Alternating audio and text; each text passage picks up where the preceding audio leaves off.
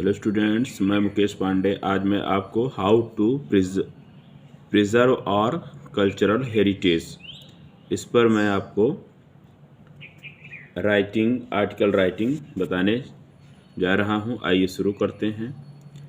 Culture is what defines us and what separates us from animals. मतलब संस्कृति वह है जो हमें परिभाषित करती है, and what separates us from animals, और संस्कृति वह है जो हमें जानवरों से भिन्न बनाती है। ठीक है। Heritage means what we inherit from our ancestors. विरासत का मतलब वह है जो हम अपने पूर्वजों से, एंड फ्रॉम आवर पास्ट, और हम अपने अतीत से विरासत में प्राप्त करते हैं। ठीक। Indian culture and heritage are vast and vivid. भारतीय संस्कृति और विरासत विशाल और जीवंत है। ठीक। Because of the large number of religious groups. किसके कारण? विशाल धार्मिक समूहों के कारण। रिजाइडिंग इन आवर कंट्री, जो हमारे देश में रहती हैं। मतलब हमारे देश में रहने वाली विशाल धार्मिक समूहों के कारण। ठीक है। हमारी संस्कृति और विरासत विशाल और जीवंत है। Every community has its own set of customs and traditions. मतलब प्रत्येक समुदाय का अपना रीति और रिवाज होता है। ठीक। विच जिसे it passes on to its younger generation, जिसे यह समुदाय अपने युवा पीढ़ी को प्रदान करती है। हाउएवर, हालांकि some of our customs and traditions remain the same throughout India.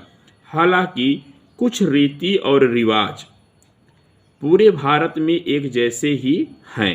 ठीक। और ट्रेडिशन टीच अस, हमारी परंपरा हमें बताती है, टू इनकलकेट गुड हैबिट्स, अच्छी आदतों को मन में बैठाना। ठीक। And make us good human being, और हमें एक अच्छा मानव बनाना सिखाती है। कौन? हमारी परंपरा। और कल्चर हेरिटेज इज दस ए ब्यूटीफुल गिफ्ट फ्रॉम और ओल्डर जनरेशन। हमारी सांस्कृतिक विरासत इस प्रकार से एक सुंदर उपहार है जो हमें हमारी पुरानी पीढ़ियों से मिली है।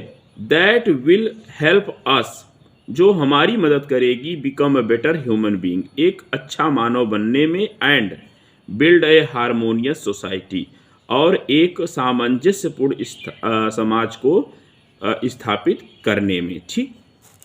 संस्कृति का इतना महत्व है।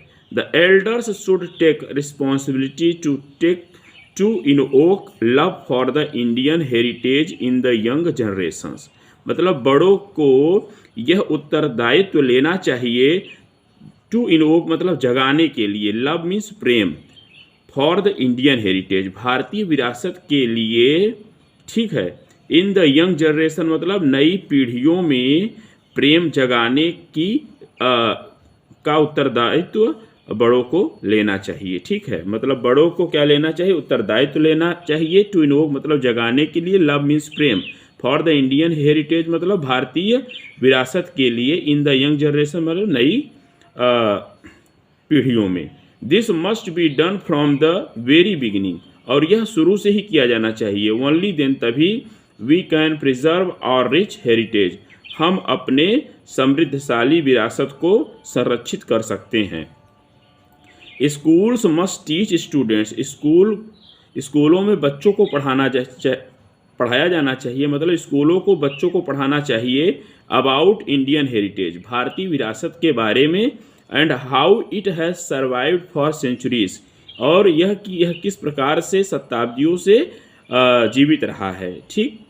दे मस्ट आल्सो शेयर, और उन्हें यह भी साझा करना चाहिए, the importance of preserving it, इसको संरक्षित करने के महत्व को भी उन्हें साझा करना चाहिए। ठीक, this would help in evoking a feeling of pride in them, और यह क्या करेगी, यह मदद करेगी जगाने में उनमें एक गर्व की भावना।